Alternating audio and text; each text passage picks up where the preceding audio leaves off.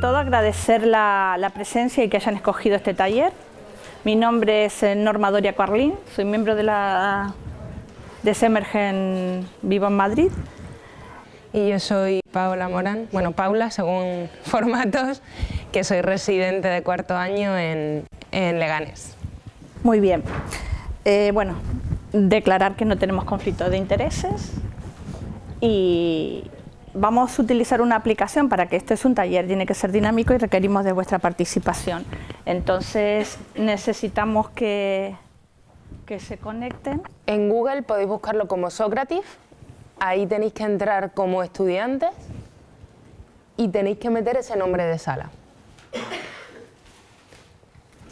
Las preguntas van a ir intermitentemente durante todo el taller, entonces... Y tienen premio, ¿eh? Tienen premio, así que venga, que esto es interactivo.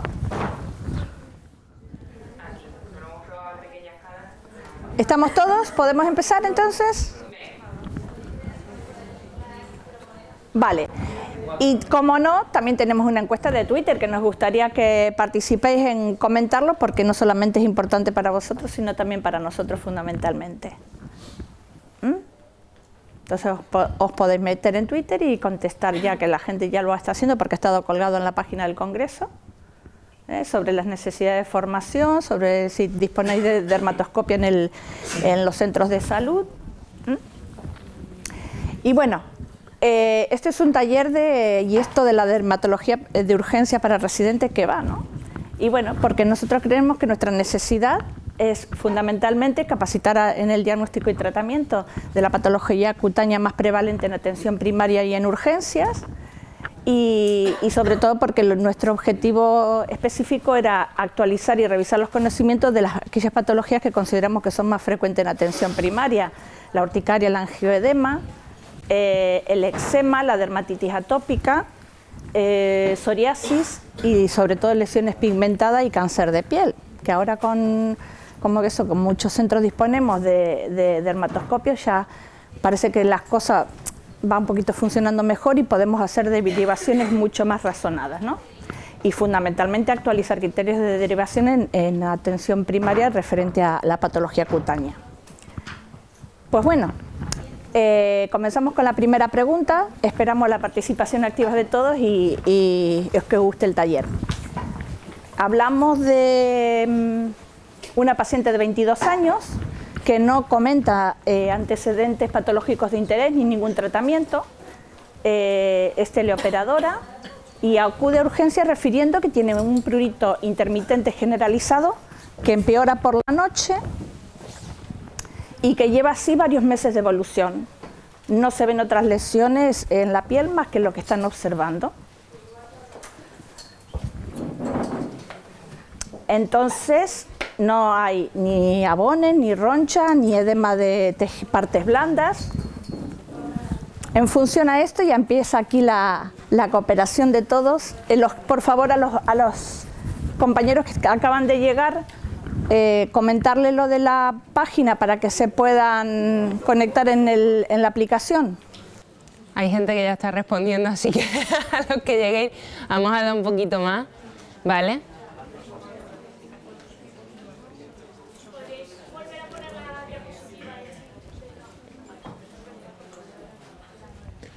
Para la gente que acaba de llegar, meter en el móvil, en el buscador, Socrative, ¿vale? Dentro de Socrative tenéis que entrar como perfil de estudiante, poneros un nombre, ¿vale? Y entrar en la sala, solo poner Morán 843, ¿vale? Y os saldrá la primera pregunta, que es con la que estábamos ahora mismo.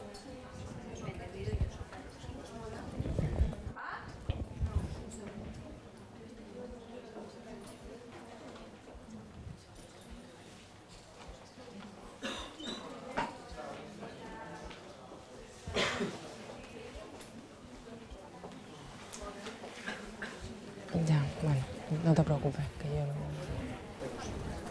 Entonces preguntábamos que ante esta paciente, ¿cuál es nuestra impresión diagnóstica? ¿Será un prurito? ¿Será un prurito sin lesiones cutáneas? ¿Un sin materia, que ya les he dejado la respuesta? ¿O ninguna de las anteriores? Está, ¿no? han contestado ¿De? de 39. Hoy, esta ha sido el comodín. Claro. Claro. Esto es para que entren en calorcillo y no se corten. Esto es un juego. 31. Y la medicina tiene que ser un juego para que a todos nos apasione y no nos queme, ¿no? Yo creo que tenemos que hacer las cosas eso, un poco jugando, un poco porque nos gusta y participando. Y errando, porque es de la mejor manera que se aprende. Bueno, entonces ya les habías dado la respuesta. No me funciona. ¿No sale?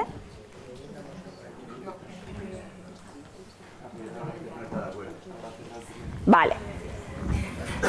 Prurito sin hemateria.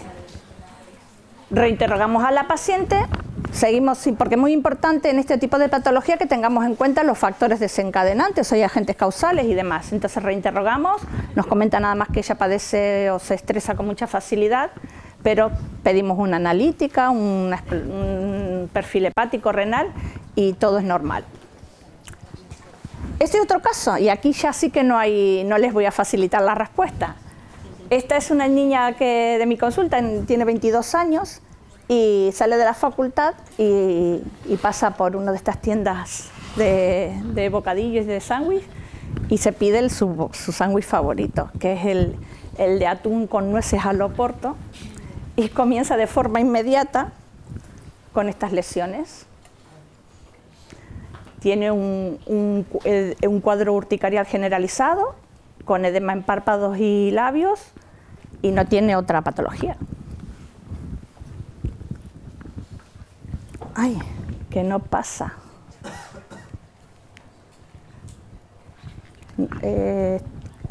Pásamela, por favor, porque... ¿Cuál es la impresión diagnóstica? ¿Una vasculitis, un eritema multiforme, un angiodema o una urticaria? ¿Ya?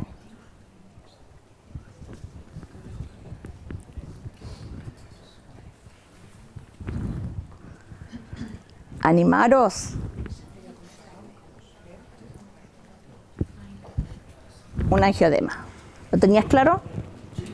Sí, ¿no? Entonces, tenemos que en este tipo de presentaciones clínicas distinguir si se trata de un prurito, de una alergia, de un angiodema. ¿Y cómo lo hacemos? ¿Qué es el prurito? El prurito es esa gana de rascarnos que no podemos contener, ¿no? Y si bien es cierto que el prurito muchas veces se asocia a urticaria, no tenemos que confundir que todo prurito no es una urticaria, porque como en el primer caso es un prurigo sin hemateria, no tiene nada asociado. ¿Qué es una alergia? Es una reacción de hipersensibilidad que está inducida por un mecanismo inmunológico y que esa hipersensibilidad se manifiesta por unos signos y síntomas que los podemos nosotros reproducir, obviamente de manera controlada, con el antígeno o el estímulo específico. La alergia se puede manifestar como una crisis asmática, como una forma de rinitis, anafilaxia, como un eczema, como una urticaria, un angiodema. Pero volvemos de nuevo a lo mismo, no toda urticaria o angiodema implica alergia, o sea, no lo podemos catalogar como alérgico. De entrada, tendremos que hacer las pruebas para saber si hay reacciones de hipersensibilidad, las pruebas cutáneas y demás que disponemos. ¿Y qué es la urticaria propiamente dicha? La urticaria es la enfermedad que se caracteriza por la aparición súbita de abones, ronchas, angiodema o ambos.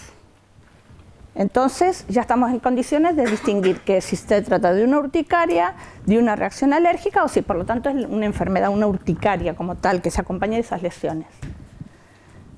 Como definimos en función del tiempo de evolución, podemos decir que tenemos una urticaria aguda, si es el primer episodio que aparece y tiene un tiempo de evolución menos de 6 semanas, o una urticaria crónica, en el caso que sean ataques recurrentes, que duran la mayor parte del día, de una semana, y que tiene una duración aproximadamente mayor, igual de 6 semanas. Hay otro tipo de urticarias que son específicas, como por ejemplo la que es producida por agente físico, en el caso de cambios de temperatura, del frío, de presión. Y hay formas mucho más severas que gracias a Dios son las menos frecuentes, como la urticaria que va asociada a vasculitis, donde coexiste la urticaria con una vasculitis leucocitoclástica, donde hay más manifestaciones sistémicas a nivel pulmonar, musculoesquelético, renal.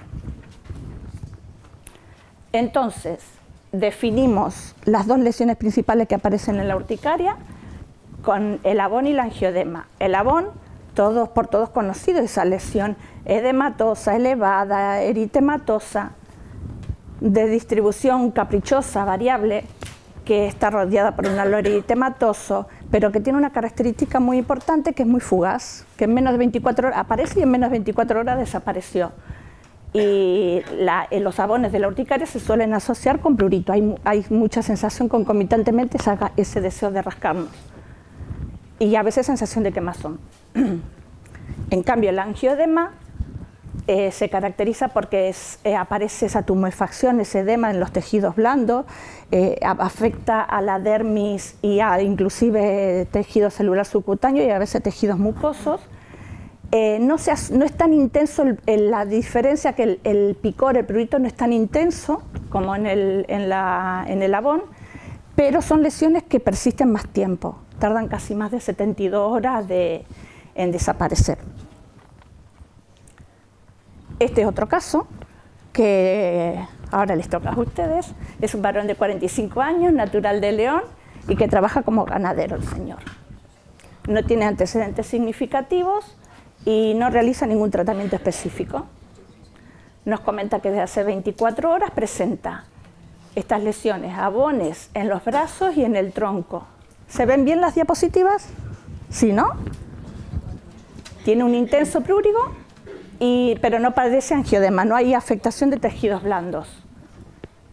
Y nos comenta cuando le interrogamos si le había pasado otra vez esto, que dice que hace un año tuvo unos episodios similares que requirió ir a urgencias de atención primaria, inclusive hospitalaria. Y que en ese momento recuerda que le trataron con polaramina intramuscular y con urbazón intramuscular. ¿Veis las lesiones, no? ¿Qué os parece? ¿Qué diagnóstico daríais? ¿Una alergia al polen? ¿Una toxicodermia? ¿Una urticaria? ¿Un eczema difuso? ¿Vuelvo a la imagen? Sí.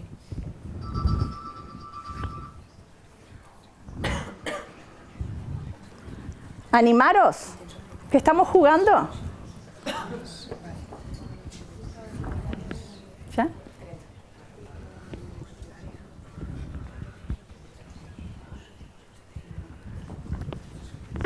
Bueno, una urticaria aguda, ¿no? ¿Estáis de acuerdo? Venga, que es temprano, pero animaros.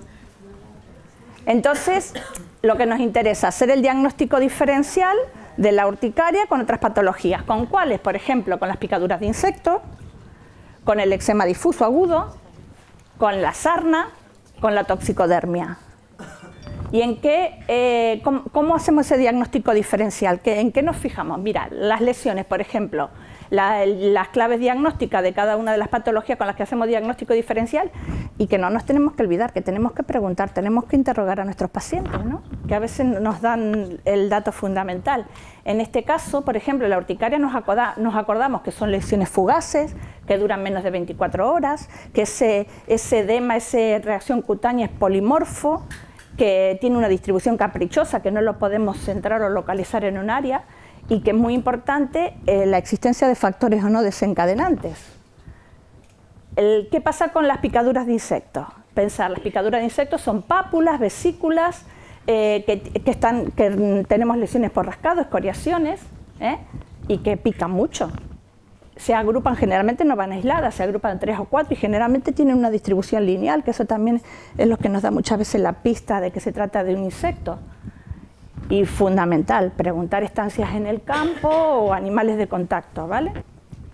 Perdón, contacto con animales.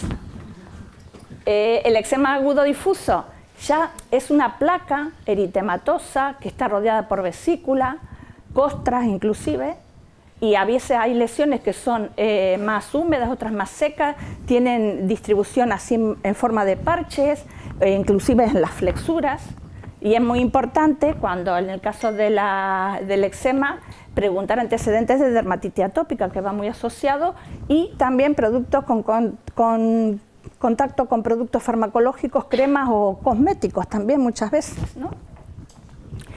Con la sarna también es muy característico que aparecen surcos, vesículas y también es intensa, pápulas, y es muy pruriginoso.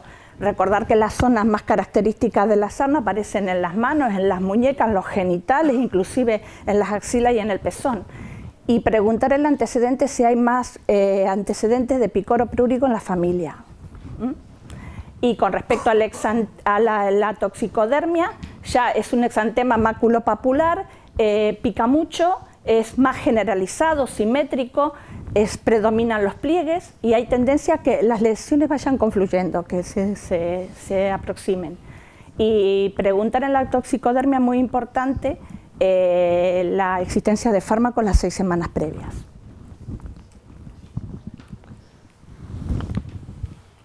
Pásala, porfa. No sé por qué no funciona.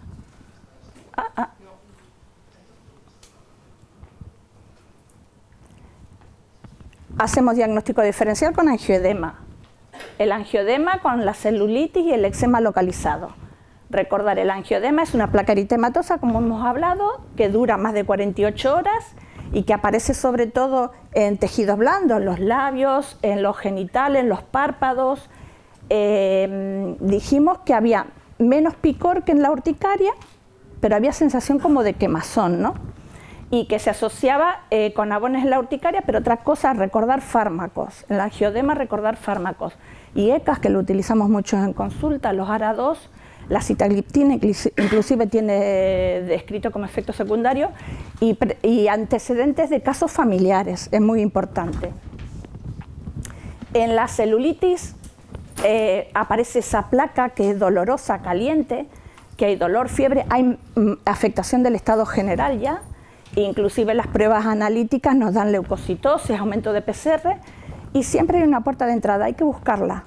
Alguna lesión o que actúe como puerta de entrada para el germen. Y los factores predisponentes, sobre todo muy frecuente en alcoholismo, en diabetes, en inmunosupresión, en VIH, o sea, inmunosupresión farmacológica me refiero. Y la excelencia, ¿no? El VIH. Y después, con respecto al eczema localizado, ya en cambio aquí hay una placa eritematosa, edematosa, pero aparecen vesículas y costras también, que la están rodeando. Y hay mucho prurito y exudación, y la distribución depende del artefacto que la ocasiona el eczema, ¿no? Y aquí también es muy importante eso, sobre todo en el eczema, cuando está localizado, los productos cosméticos, las cremas o cremas farmacéuticas. ¿Cómo vamos? ¿Bien? Ahora yo pregunto a ustedes, en función de, hemos repasado las definiciones, las características clínicas, el diagnóstico diferencial de lo que es urticaria y lesiones. ¿Qué tratamiento propondrían en este caso? A ver. Sí.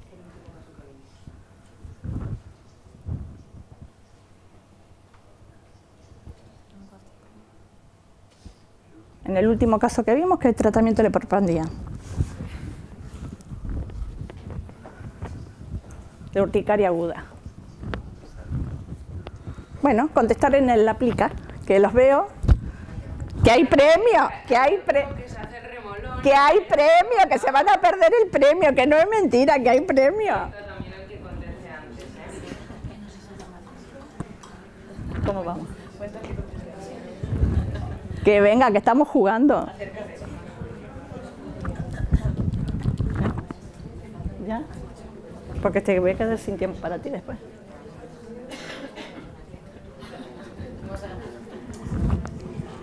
Coinciden antihistamínicos.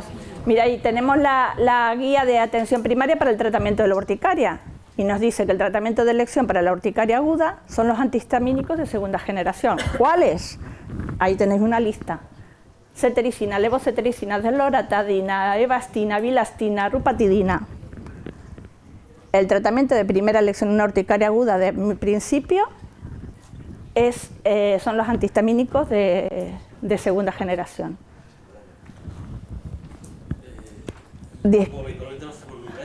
Claro. caso, y porque es verdad que las pocas veces que se toma antihistamínico... Lo que pasa que luego lo veréis. Los tratamientos con corticoides inclusive se dejan como un segundo paso si no mejoran, pero de entrada...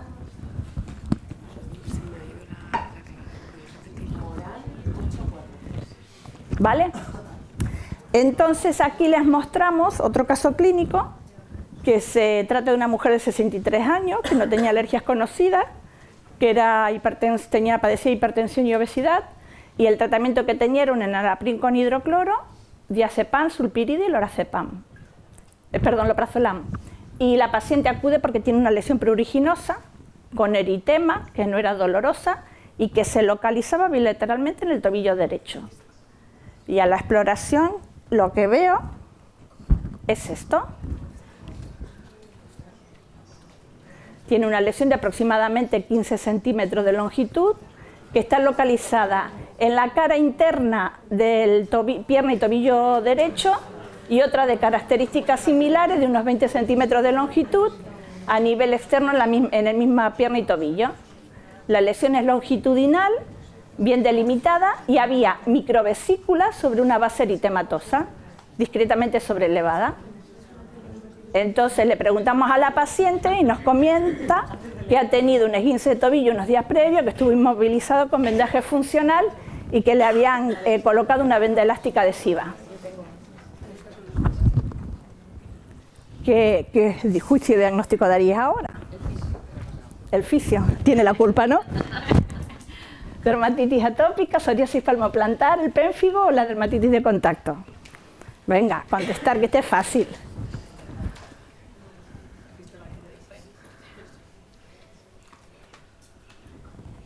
Perfecto, una dermatitis de contacto, por las tiras adhesivas de la inmovilización. ¿Y cuál es la actitud adecuada en este contexto? Evitar desencadenantes, medidas generales, higiene e hidratación, tratamiento con corticoides, tópicos, sistémicos, según, o todas.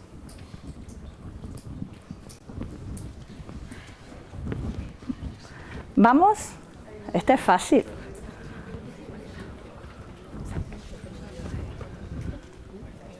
¿Ya? Todas, ¿no? Tenemos que... Porque indudablemente esta señora fue la venda, la tira adhesiva que le han puesto, que es la que le desencadenó, aparte de una lesión que era perfectamente simétrica, localizada, bueno. Entonces, lo que hablábamos antes, dependiendo un poquito, en estos tipos de dermatitis de contacto, el primer tratamiento es el de los corticoides tópicos de potencia intermedia, clobetasona, hidrocortisona, inclusive dependiendo del tipo de eczema de la extensión, podemos poner corticoides de alta potencia. ¿Cuándo vamos a los tratamientos sistémicos? En los casos graves y extensos, cuando no responden al tratamiento tópico. Entonces, hablando ya de los eczemas, vamos a ir clasificándolos de a grupo para que sea mucho más fácil para nosotros el criterio diagnóstico. Entonces, agrupamos de contacto irritativo y de contacto alérgico. Y entonces, ¿cuál es una característica del eczema de contacto irritativo? Que es por la acción directa de sustancias irritantes sobre la piel. No se debe a un mecanismo inmunológico. Es la sustancia que irrita la piel.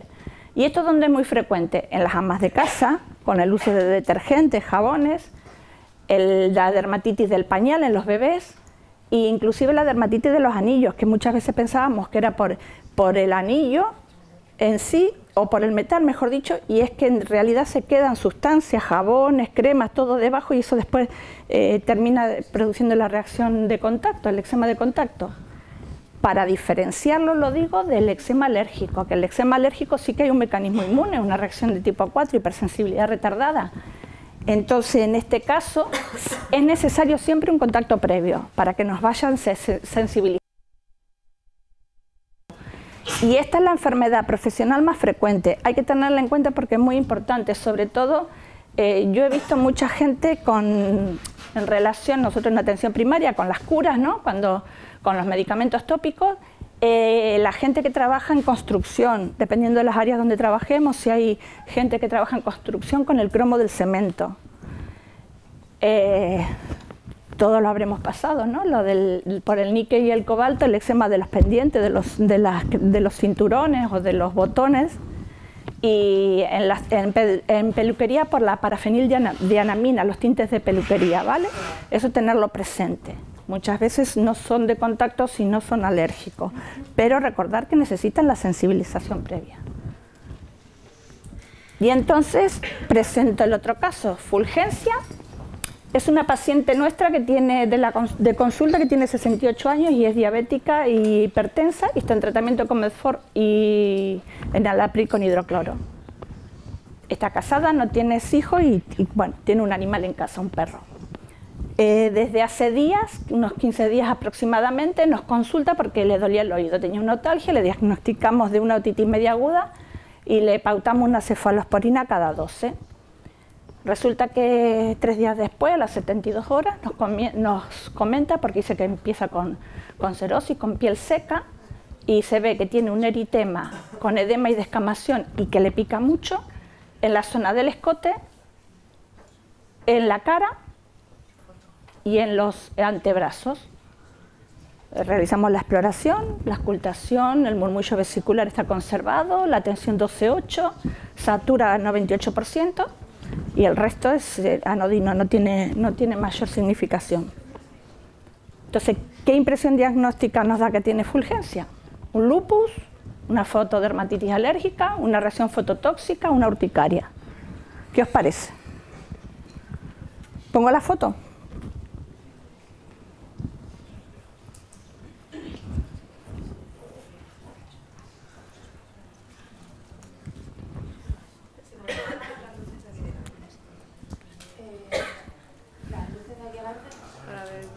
Se apagan todas, me dicen.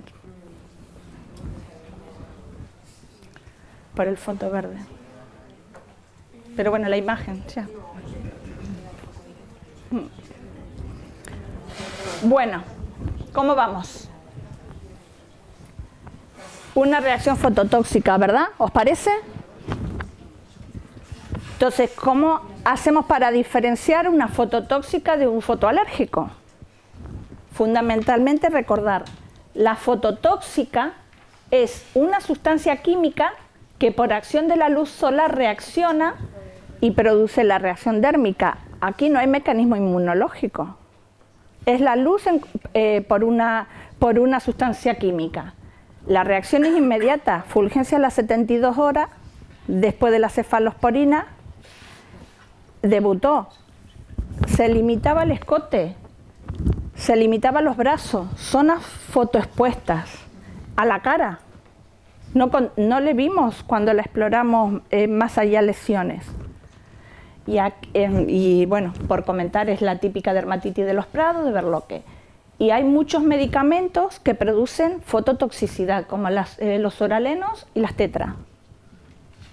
A diferencia del fotoalérgico. El fotoalérgico sí que hay un mecanismo inmuno, sí que hubo una sensibilidad previa. Y entonces esas lesiones en el fotoalérgico no se limitan al escote. Ya cuando tú le desviste al paciente ves que se extienden más allá. Y es típica la que producen las sulfamidas y las tiacidas. Entonces eso son pequeñas pantallazos que nos tienen que hacer recordar, no, esto no es tóxico, esto es alérgico.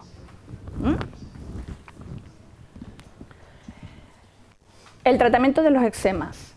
Los eczemas pueden ser, no salte ninguna. Los eczemas pueden ser agudos o crónicos en función del tiempo de evolución. Y en función de que sea agudo o crónico, el tratamiento. En los agudos, fomento con sustancia antiséptica y astringente, sulfato de zinc, junto con corticoides. Si hay mucho prurito, hay el antihistamínico. En el crónico, los corticoides en forma de pomada, ungüento, queratolíticos, emolientes, porque van a ser lesiones más secas, recordar, y hay que suprimir el agente irritante e hidratar la piel, importante. Entonces, ¿cuáles son los criterios de derivación en un eczema? Cuando dudamos en el diagnóstico, cuando son formas muy generalizadas que no controlamos o que el paciente no responde bien al tratamiento, cuando la causa de la dermatitis de contacto la desconocemos y muy importante, como dijimos que la enfermedad profesional más frecuente, por el tema de incapacidad y bajas laborales, es muy importante hacer un buen diagnóstico diferencial y para tener un informe para este paciente para que se lo tengan en cuenta, ¿vale? Y este ya es un caso distinto. Se trata de una mujer de 62 años que fue diagnosticada de Parkinson e hipertensión y toma como tratamiento la levodopa con carbidopa, el losartán para hipertensión. Acude a la consulta acompañada por su hija y nos dice que tiene unas lesiones en la cara desde hace unos años, que se pone roja con cualquier circunstancia y que le habían empezado a salir unos granitos en la cara. Y entonces le comentaron que se ponga una crema con corticoides, que iba fenomenal mientras la usaba, pero en el momento que la dejaba de usar se empeoraba. Recordar que los corticoides adelgazan la piel, tampoco podemos abusar el uso con los corticoides tópicos. Y entonces ahora nos dice que es muy nerviosa, que se preocupa por cualquier cosa, pero que comenzó a aparecerle en la piel como unas escamas, tiene la piel muy grasosa y empezó a salirle en la piel como unas escamas blanco-amarillentas a los costados de la nariz, las cejas, ojos y los párpados. ¿Salió? Vale, y entonces el diagnóstico más probable en este caso, ¿qué os parece? ¿Una dermatitis, una rosácea, una dermatitis atópica o un lupus discoide? Y aquí veo...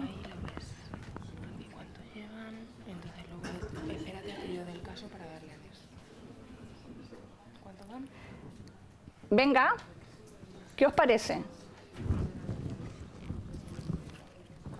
43 de 51. Pues es una dermatitis seborreica, ¿vale? ¿Y qué es una dermatitis seborreica? Bueno, lo primero es deciros que es un trastorno inflamatorio crónico que tiene 2 picos de incidencia, que luego os los explicaré un poquito más adelante. ¿Veis todos bien? Regular. Pues me pongo por aquí. La afectación suele ser cutánea, raramente ocular, solo existe un 5% de pacientes en los que existe esta afectación. Es más frecuente en varones de edad media y las placas son esas placas eritematoamarillentas que aparecen en zonas seborreicas, en los pliegues de la nariz, en el tórax de los hombres, en la zona interescapular. También aparecen más como anaranjadas en estas zonas del pecho y la espalda, ¿vale? Cambia un poquito el color, pero en general, si las veis, son llamativas, o sea, las vais a saber diferenciar. Esos 2 picos de incidencia, por un lado tenemos en el adulto y en el lactante, ¿vale? No lo olvidéis que en el lactante también existe. En adulto, las zonas seborreicas que hablábamos antes, cuero cabelludo, que es muy frecuente, zona ciliar, el surco nasogeniano, igual lo que decía, la zona interescapular y los grandes pliegues, ¿vale? Cursa de forma crónica durante toda la vida. Quien tiene dermatitis seborreica la va a tener, la va a acompañar y tiene que aprender a vivir con ella, por desgracia.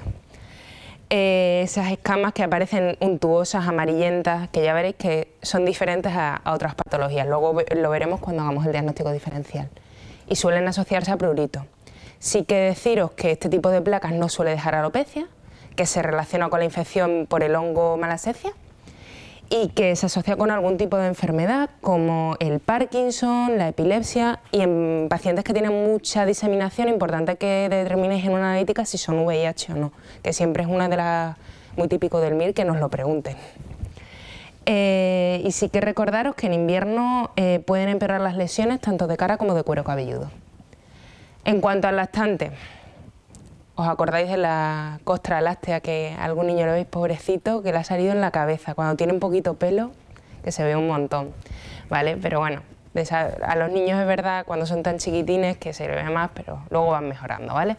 Aparece de forma más precoz que la dermatitis atópica, suele afectar también a la zona del pañal, aparte del cuero cabelludo que es muy típica, suele tener buena evolución, es lo que llamarían esa caspa o pitiriasis, ¿vale? Y en adolescente también es frecuente en el conducto auditivo externo y en los párpados, ¿vale? En cuanto al diagnóstico diferencial, bueno, tener muy presente las zonas donde afecta porque eso nos va a ayudar a diferenciarlo de otro tipo de patologías, ¿vale? De hecho, aquí yo os voy hablando de la psoriasis, por ejemplo, ¿no? en la psoriasis suelen ser unas lesiones con una base eritematosa, están muy bien definidas, y la escama en este caso, en vez de ser blanquecina, es más amarillenta en el caso de la dermatitis seborreica. En el caso de una dermatitis atópica o de contacto, son unas lesiones más pruriginosas, no tienen esa descamación amarillenta, ¿vale? Y en el caso de la de contacto, pues aparece en zonas determinadas. En el caso de la dermatitis asociada a pediculosis, suele afectar a la nuca. Importante que busquemos pues si existen piojos, liendres, que algunos aparecen. En las toxicodermias, bueno, como comentó Norma antes, pues suelen tener relación también con la exposición previa a fármacos, ¿vale? Que en este caso no. El lupus eritematoso discoide, que en este caso, una cosa que nos ayudaría a diferenciarlo es que esto sí que deja cicatriz, en cambio la dermatitis seborreica no. Y el pénfigo foliáceo y el pénfigo eritematoso, que tampoco, o sea, son enfermedades que cursan con ampollas y demás, que realmente lo vais a ver y se va a diferenciar. En cuanto al tratamiento, aquí os he diferenciado en función de si afecta o no cuero cabelludo y si además en función de la gravedad. Si no nos afecta el cuero cabelludo, lo primero que hay que intentar es no con los corticoides, sino que intenten un poco con antifúngico, que lo podemos mantener incluso a largo plazo, que tiene menor efecto secundario, el ketoconazol, el ciclopiros, cualquier vale, de los que conozcáis, ¿vale? Y los que estéis habituados a usar. El corticoide tópico, claro que les va a funcionar, pero ¿qué pasa? Los efectos secundarios. Intentar que sea uno de potencia medio, la hidrocortisona, por ejemplo, pero eso, intentar explicarle al paciente pues un poco los efectos que tiene a largo plazo. También tenemos los inhibidores de la calcineurina, como el tacrolimus, pero también avisarles de los pacientes nos suelen venir porque hacen mucho efecto secundario de irritación local a nivel de la aplicación. Cuando ya estamos en un nivel moderado grave de afectación, se puede probar un tratamiento sistémico con antifúngicos orales, con el itraconazol, o bien con corticoides sistémicos o con fototerapia, ¿vale? Siempre intentar, pues es un poco con el paciente llegar a un acuerdo, explicarles un poco la evolución de la enfermedad. Y si tiene afectación al cuero cabelludo, explicarles antes de que se desesperen y vengan, es que he usado 1000 productos y no me mejora nada, que las placas intenten reblandecerlas antes de aplicarse el producto, que use en aceite de oliva. En adultos se puede llegar a usar las fórmulas magistrales que llevan ácido acetilsalicílico, pero en niños es verdad que son un poquito más agresivas. Y luego también tenemos los antifúngicos en champú y los corticoides tópicos, que pues a veces se les hacen pauta, pues usa una vez a la semana el champú de corticoides y lo alternas otras 2 con el antifúngico. ¿Cuándo derivamos? Cuando no sabemos, no nos queda claro lo que es, cuando no nos responde al tratamiento tópico, o cuando son formas que afectan mucha extensión, que son graves. El siguiente caso, esto es una mujer de 42 años. Sí. ¿El tratamiento has dicho que se empezaría con corticoides o saltarle con antifúngico? En el caso de que fuera sin afectación de cuero cabelludo, lo ideal es que empieces con antifúngico a nivel tópico, ¿vale? El corticoide lo dejamos de segunda línea, es verdad que un poco intentar siempre ser un tratamiento que te pueda servir en el brote y luego mantenerlo. Un corticoide vas a intentar no dejarlo de mantenimiento, ¿vale? Bueno, tenemos aquí a nuestra mujer de 42 años que consulta por estas lesiones que tienen ya tiempo de evolución. Ahora os la vuelvo a poner.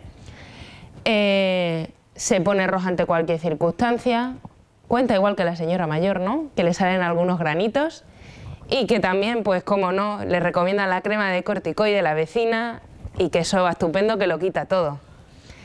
Es también muy nerviosa como la señora anterior y se preocupa por cualquier cosa. Le dijeron que, bueno, una vez que le dijeron que era hipertensa, montó una y le pusieron unas pastillas, pero que no recuerda ninguna otra cosa, ni el nombre de las pastillas tampoco. Estas son las lesiones. Vuelve a seleccionar el PPT, abajo, y el de la derecha. El de la derecha.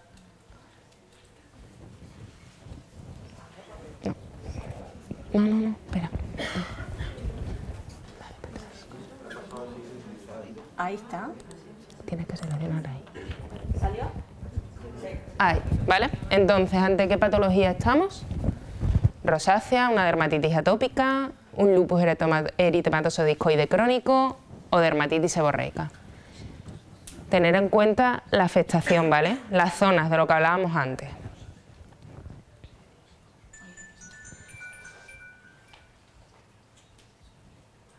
¡Ey!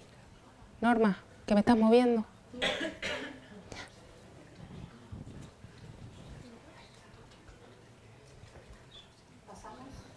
Espera.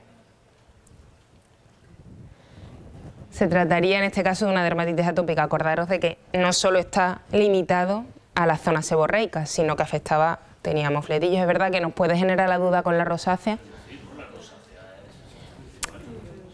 pero está más local, lo tenía todo, o sea, cambia un poquillo, ¿vale? Es verdad que puede generar duda.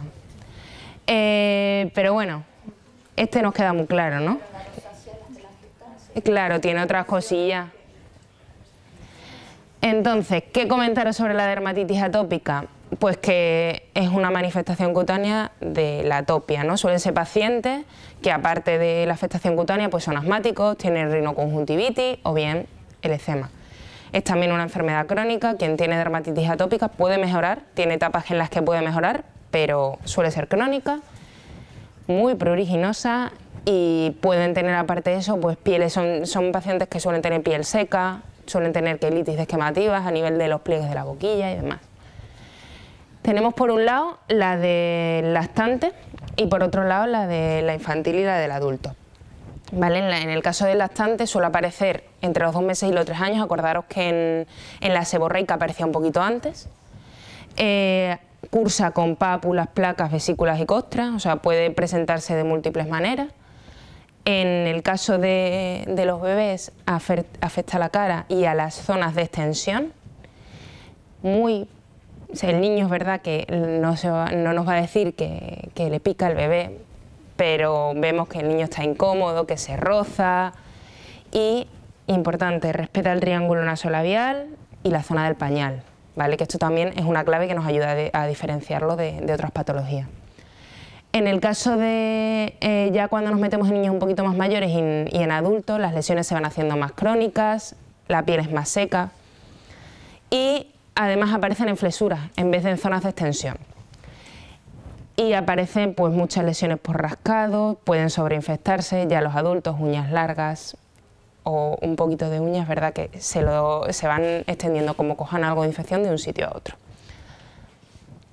Aquí os he hecho una tabla, ¿no? Un poco para diferenciar entre lo que sería la dermatitis atópica y la seborreica. Hay como 2 cuadros clínicos, ¿no? Un prototipo de paciente que nos va a consultar por una patología y otro por la otra, ¿vale? En el caso de la dermatitis atópica, ¿no? Pues nos imaginamos a ese niño pequeñito, de 2 años, que tiene antecedentes pues, de asma en la familia, en rinoconjuntivitis. En el caso de la seborreica, un hombre joven. Hablábamos antes que eran muy frecuentes en varones de edad media. En el caso de la dermatitis atópica tendremos esa piel seca, el picor, afectación en función, acordados, flesuras o zona de extensión en función de la edad. En el caso de la seborreica, las zonas seborreicas donde se acumulan esas glándulas, ¿vale? Las placas eritematoso-descamativas, amarillentas o anaranjadas en función de la localización, ¿vale? Y es verdad que pueden asociar prurito, pero este suele ser de menor intensidad. En ambos casos el diagnóstico es clínico. Y el tratamiento, es verdad que en ambos, por ejemplo, el corticoide tópico se puede usar y el sistémico igual en función un poquito de la extensión, pero en la dermatitis seborreica, acordaros de los antifúngicos, ¿vale? ¿Qué criterios tenemos de derivación? Os he separado por urgente, cuando lo tenemos que mandar a derma rápido, o sea, mandarlo si tenéis derma de guardia, no en todos los hospitales hay, pero por la mañana en muchos de ellos. En mi hospital, por ejemplo, hay dermatólogo determinados días durante 12 horas, aparte del turno habitual, ¿vale? Que tengamos la sospecha de una sobreinfección por un virus de la varicela zóster. Eso lo tienen que ver de urgencia porque además se puede complicar y lo tienen que ver rápido para manejarlo, ¿vale? El que se sobreinfecte y esa infección esté yendo mal, no ya que tenga aspecto de herpes, sino que esté evolucionando mal. Y además cuando tenemos una afectación más muy amplia, mayor al 90% de la superficie corporal, que estaríamos ante una eritrodermia. ¿Cuándo lo podemos mandar preferente? Que bueno, yo no sé, pero yo ahora mismo tenemos como 6 meses de lista de espera. Entonces, a veces el tener solicitud de valoración por especialista pues ayuda un poco. Cuando estemos ante un brote grave, que no responde a pesar de estar con una semana ya con tratamiento, o que el tratamiento que le ponemos no está siendo efectivo y que además tenemos la sospecha de que se está empezando a infectar, ¿vale? Por una bacteria que está por ahí pululando. ¿Cuándo lo podemos mandar normal? Pues cuando no tenemos el diagnóstico claro, ¿no? Pero bueno, está ahí, es algo crónico, no ha dado ninguna complicación, pero queremos que lo vean. Además, cuando se nos puede cruzar por ahí una dermatitis alérgica de contacto y cuando, a pesar de tener un tratamiento puesto de forma crónica, recidiva, se vuelve a tener brotes y no encontramos nada que le vaya al paciente bien. Otro caso, tenemos a un varón de 58 años que es campesino, fue fumador, es EPOC, está en tratamiento con LABA y con corticoides inhalados, es hipertenso, lo tiene todo. Está en tratamiento con IECA y diuréticos y tiene además arteriopatía periférica, que está en tratamiento con la ticlopidina, ¿vale?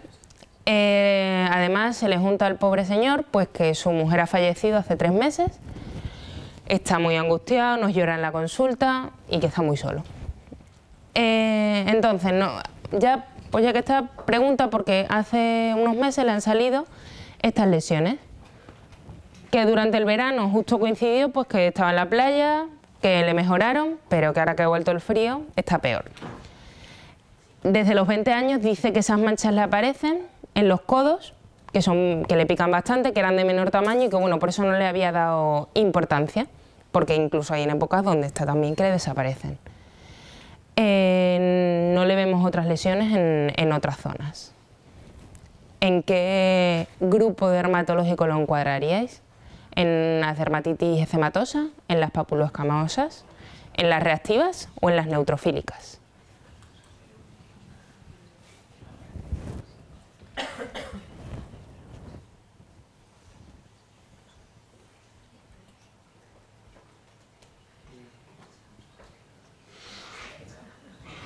¿Cómo vamos? 26 de 52. Venga, que esta no tiene... Animaros.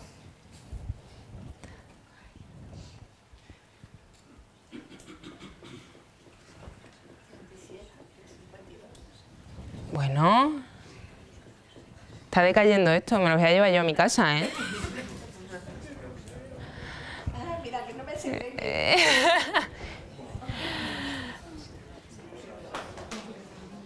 Acuérdate, Norma, de marcarme el PPT.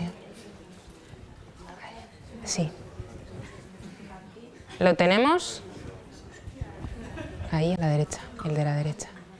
No. Ahí, arriba. Ahí, marca. Perfecto. Bueno, pues sería una papuloescamosa, ¿no?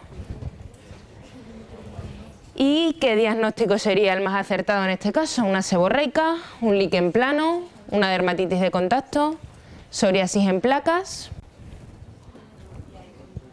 Dale a next. Y otra vez márcamelo, Norma.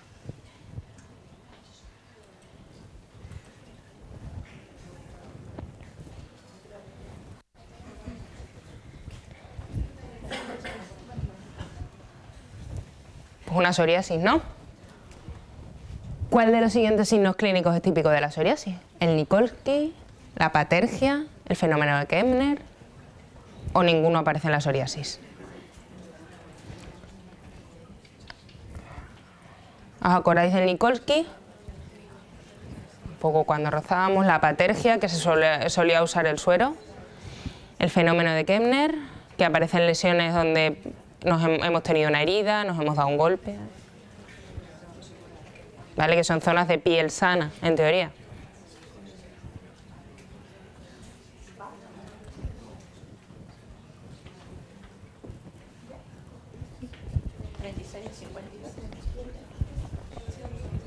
Kempner, ¿no? Y en este caso, ¿qué os parece que deberíamos hacer con este paciente? Le ponemos ketoconazol tópico, forma de cremita, una biopsia, no sabemos lo que es, ante la duda. Tranquilizamos al paciente y le ponemos un retinoide. O le mandamos al dermatólogo porque nos asustamos, pensamos que puede ser algo maligno, que podría tratarse de un síndrome paraneoplásico.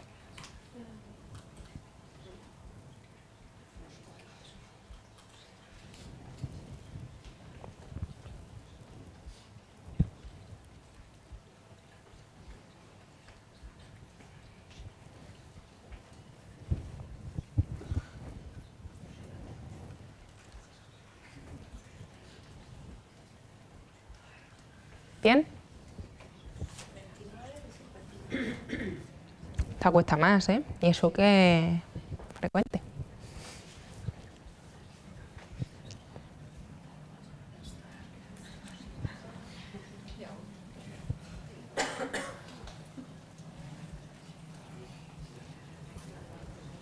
¿Lo tenemos? Vamos para adelante. Lo tranquilizamos y le recomendamos un retinoide, ¿vale? No hay solo, es verdad que se pueden hacer más cosas, pero dentro de estas opciones es lo más lógico. La psoriasis, bueno, ¿qué deciros de ella? Otra enfermedad crónica que es inflamatoria, esta pentada característica de hiperkeratosis que nos crece la capa córnea, la acantosis, la papilomatosis, la disminución de la granulosa y los microaccesos de Monroe. Acordaros que son los neutrófilos cuando aparecen en esa capa, ¿vale? La lesión típica, ¿vale? La placa bien delimitada con ese fondo eritematoso, acordaros que el color suele ser blanquecino y que descama, ¿vale? Los tipos, la psoriasis vulgar, que es la más típica, la que veíamos en este caso, la gutata, que esas características muy bonitas de ver, porque además, vamos, tuve ya hace unos meses un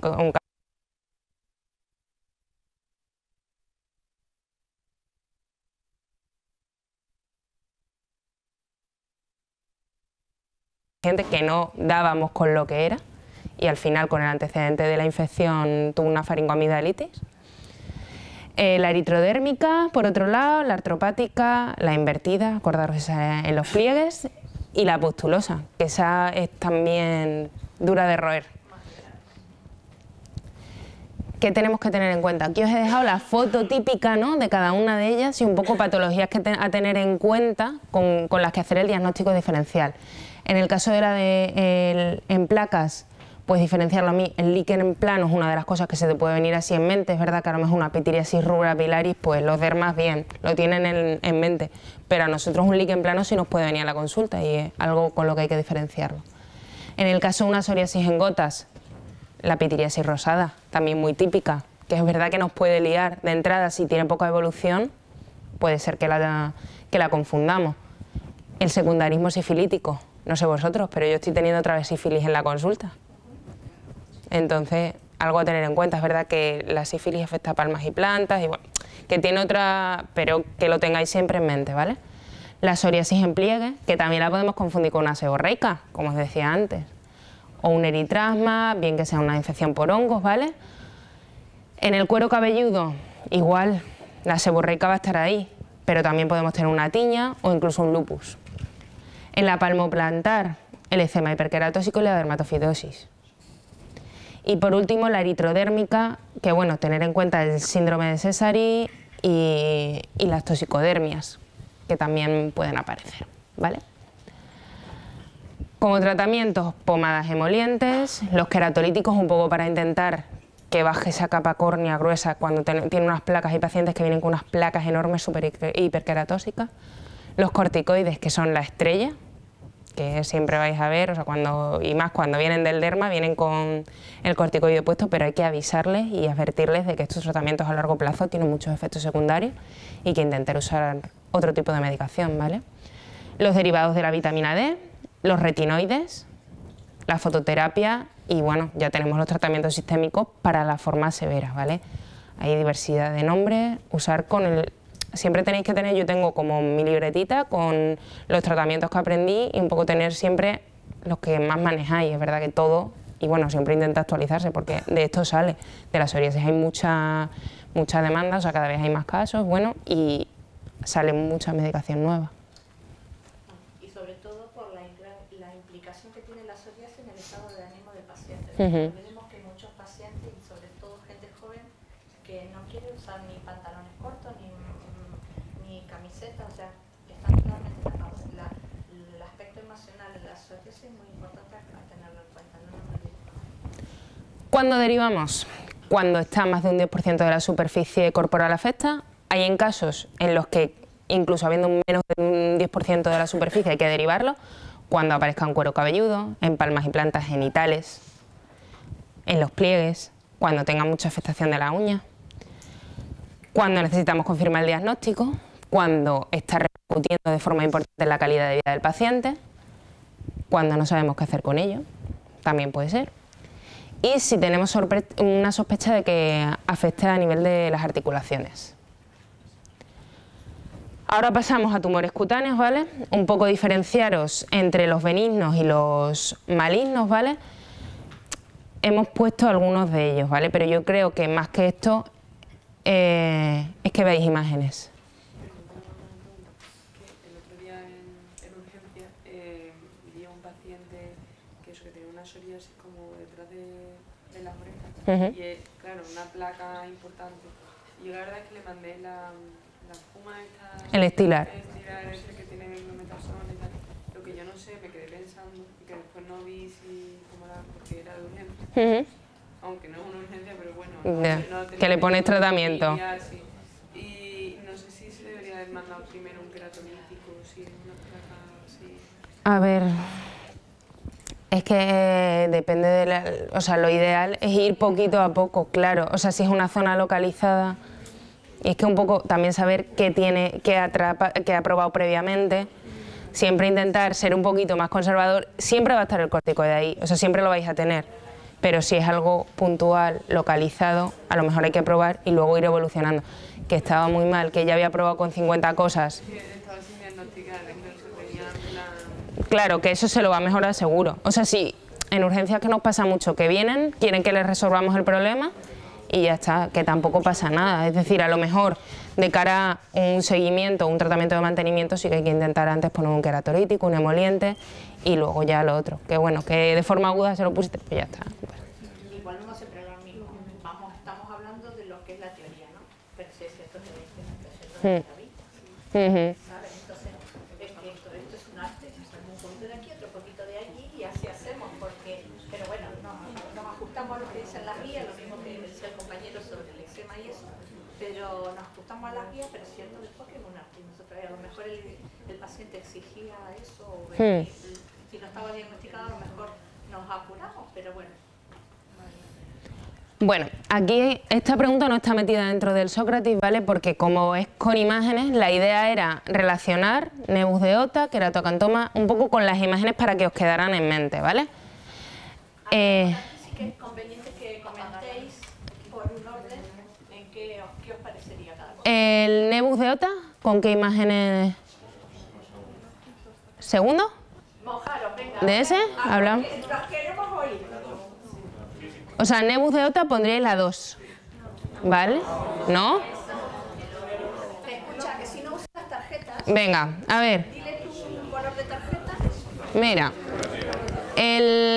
vamos a poner para, o sea, hay 1, 2, 3, 4 y 5, vale. La última imagen la dejaremos sin. La primera, bueno, vamos a hacerlo más fácil. La primera imagen, ¿qué pensáis que es? ¿Podéis apagar la luz, por fin? Un momentín.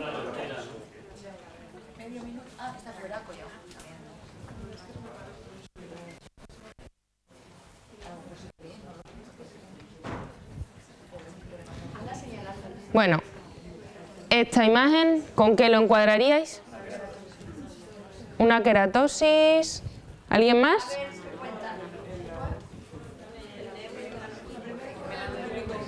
El congénito, ¿vale? ¿Alguien da más? Vale, segunda imagen. Yo luego os lo corrijo todo. ¿Vale? Tercera. Ay, qué chico más lista que tenemos aquí. Cuarta. Y quinta. Vale. Corrección. Nebus de Ota. acordaros que son esas células melanocíticas que nos afectan a nivel del trigémino, ¿vale? En sus ramas. ¿Os acordáis que nos decían ojota? Que nos acordáramos, o lota del hongo.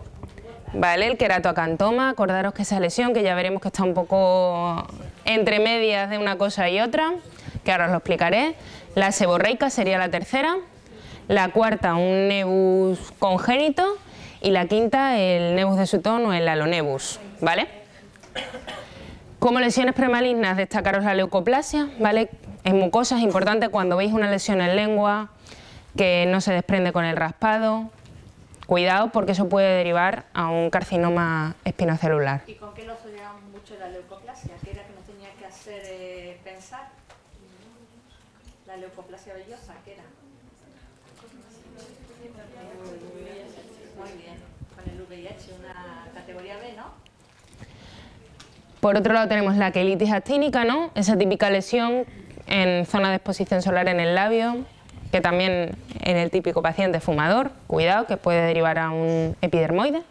Y las queratosis actínicas, que es muy frecuente, todos los pacientes eso, pues que se van quedando calvitos, o pacientes con el fototipo muy claro, ¿vale? Que aparece esa lesión rasposilla, con base eritematosa, que es verdad que muchos no le dan importancia, ni siquiera nos preguntan, pero de esto que un día te acercas, pues que le vas a explorar, uy, ¿y eso qué tiene ahí?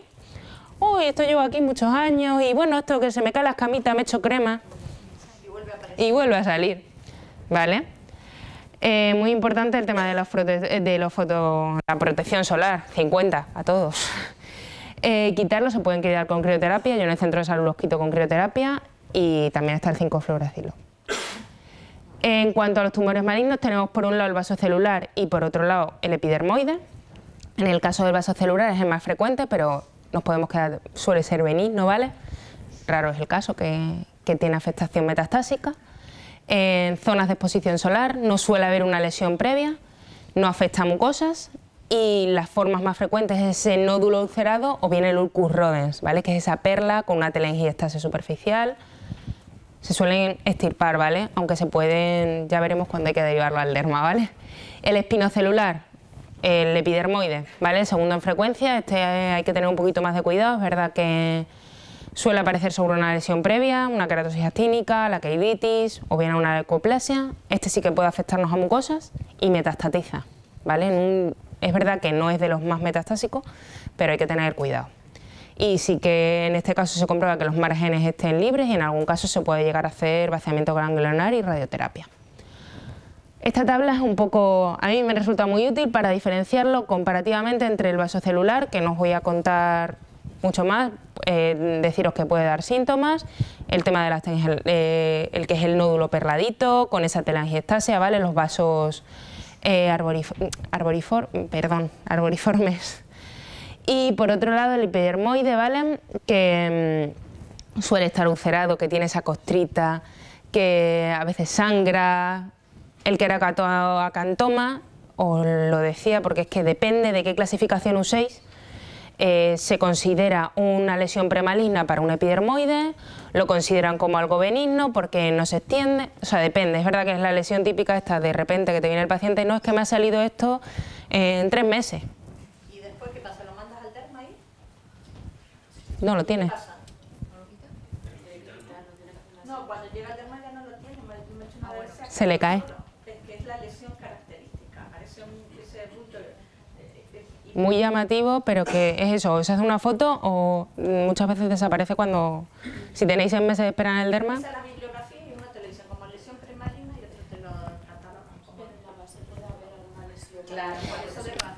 Claro, sí, siempre, a ver, la cosa es que siempre te puede derivar a un epidermoide, pero que hay que, o sea, por lo menos yo siempre intento hacerle foto. Yo le hago lesión, a la foto, al paciente que me viene con lesión en la piel le digo, mira, ¿te importa que te haga una foto? Digo, porque es que esto hoy es así, pero mañana no sabemos cómo va a ser. Y al derma siempre, pues oye, hazte foto, mira a ver cómo va evolucionando, tal. Siempre les sirve. Los tipos, en uno u otro, ¿vale? Siempre tener en mente, bueno, el ulcus rodens y demás en el caso de los vasocelulares, en el caso del espinocelular, el queratoacantoma, el carcinoma espinocelular de alto riesgo, la enfermedad de Bowen, ¿vale? Que es la localizada.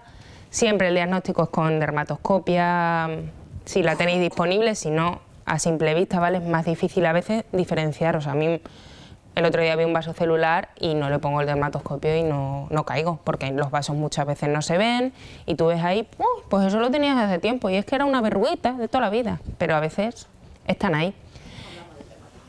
El tratamiento quirúrgico, bueno, en algunos casos puede hacer falta la cirugía de Mohs, esta que hacen los dermas tan bonita.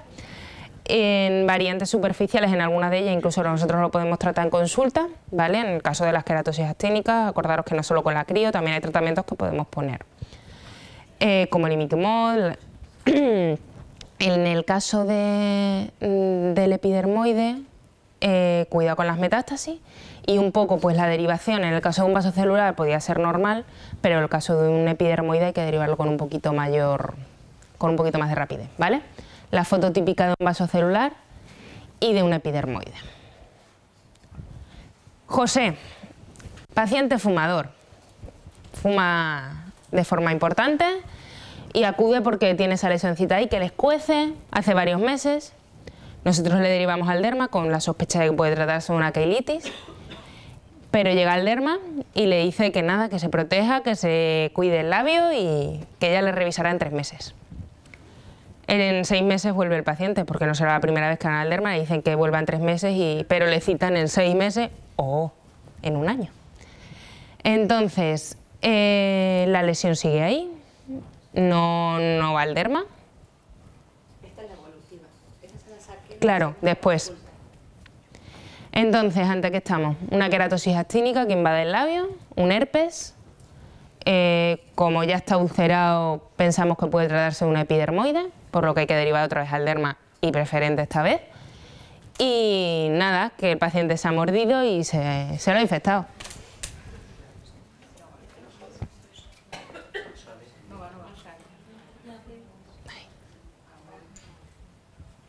Márcame por fin el PPT. Vamos rapidito, que hay que dar los premios. ¿Cómo vamos? 41 de 55. Pasamos. Bueno, creo que nadie hubiese dicho que no tenía nada y que se hubiese mordido, ¿no? En cuanto al tumor maligno, pues bueno, el estrella, el melanoma, ¿no? Ese es el más agresivo, el factor estrella que hace que pueda aparecer la luz ultravioleta. Destacaros que puede tener relación con la mutación del gen BRAF, que aparece mucho sobre lesiones previas, en el caso en un 30%, que metastatiza. Hay miles de reglas, ¿vale? Esta es la básica, la que todos no sabemos, el ABCDE, ¿vale? Si la simetría, los bordes, ahora os pongo una foto donde se ve un poco más gráfico, la coloración irregular, el diámetro de más de 6 milímetros y la elevación. Hay 1000 reglas luego, el patito feo, la regla del VAR, de los 3 puntos, que yo el VAR es para acordarme yo. Aquí tenéis un poco las reglas, ¿vale? Lo que sería un lunar normal y lo que sería un melanoma, ¿vale? La simetría, esos bordes irregulares, el color y siempre una lesión grande que va creciendo, cuidado. Lesiones que predispongan, pues un nevus que da síntomas, cuidado si pica, si sangra. Los antecedentes familiares, lesión que ya tenía criterios de ABCD previos. Los melanocíticos, los congénitos, también hay que estar un poquito ahí ojo a visor, ¿vale? El que tenga el paciente mayor edad, que esté plagado de nevus, y el tamaño de ellos, y el que tenga un fototipo muy clarito, pues también, claro. La mínima, cualquier rayito de sol le hace más daño que una persona con que tenga un alto contenido en melanina. Los tipos, ahora os los voy a explicar todos, ¿vale? Deciros que el tratamiento con cirugía siempre bordes libres y muchas veces hace falta localizar el ganglio centinela. Y la radio, pues deciros que no es curativa. Los factores de riesgo que hacen que sea el pronóstico peor, que sea un hombre que tenga la edad avanzada, que aparezca en una zona que no tiene exposición solar, en mucosa, que esté ulcerado cuando lo diagnostiquemos y un poco la histología que tenga. Y un poco lo que nos va a determinar también el pronóstico y lo más importante es el Breslow, ¿vale? Acordaros que si es menor de 1 milímetro, mejor pronóstico, de 1 a 4 milímetros ya es un pronóstico más intermedio y mayor de 4 milímetros, cuidado. siempre derivar urgente al derma, siempre. Si no os lo van a ver, mandarlo a urgencias, que se lo programen ellos, da igual. Pero esto, o sea... Sí, y no sería raro el primero que llega ya con metástasis. A mí esta tabla me sirve un montón para diferenciarlo. El melanoma de extensión superficial, acordaros que es el más frecuente, en raza blanca, ¿vale? Que es un nebus que cambia con el tiempo. Aparece en cualquier localización, esta sería la imagen típica. El nodular, este ya aparece en gente pues edad media, un poquito ya más mayor, y es una lesión pigmentada que desde el inicio tiene un crecimiento vertical, ¿vale? También la localización puede ser cualquiera.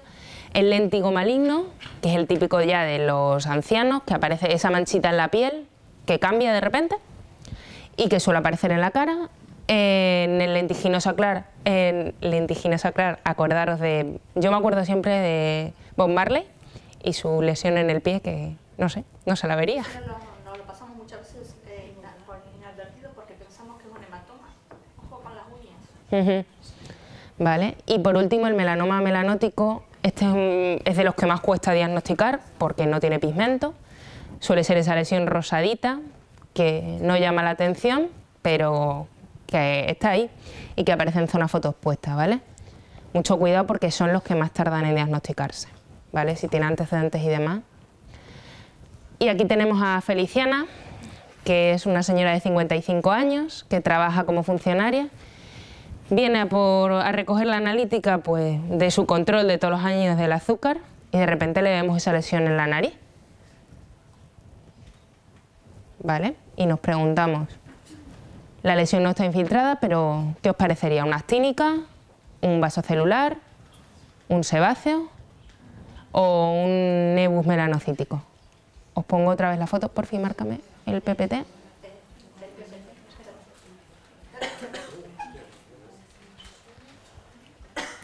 Ahí lo tenéis.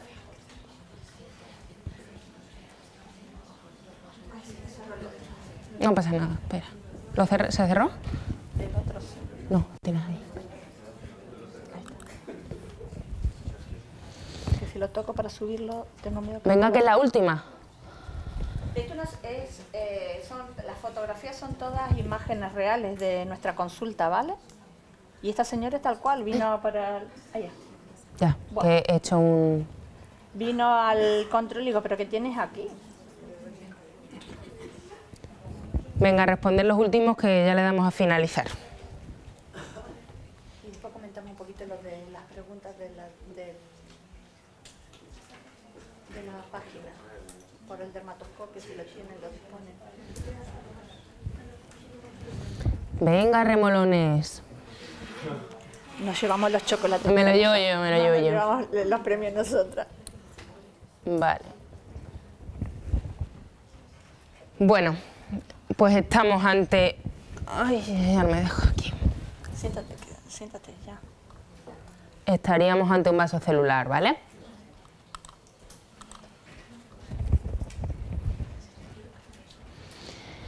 Y esto es todo. Muchas gracias por venir y por participar.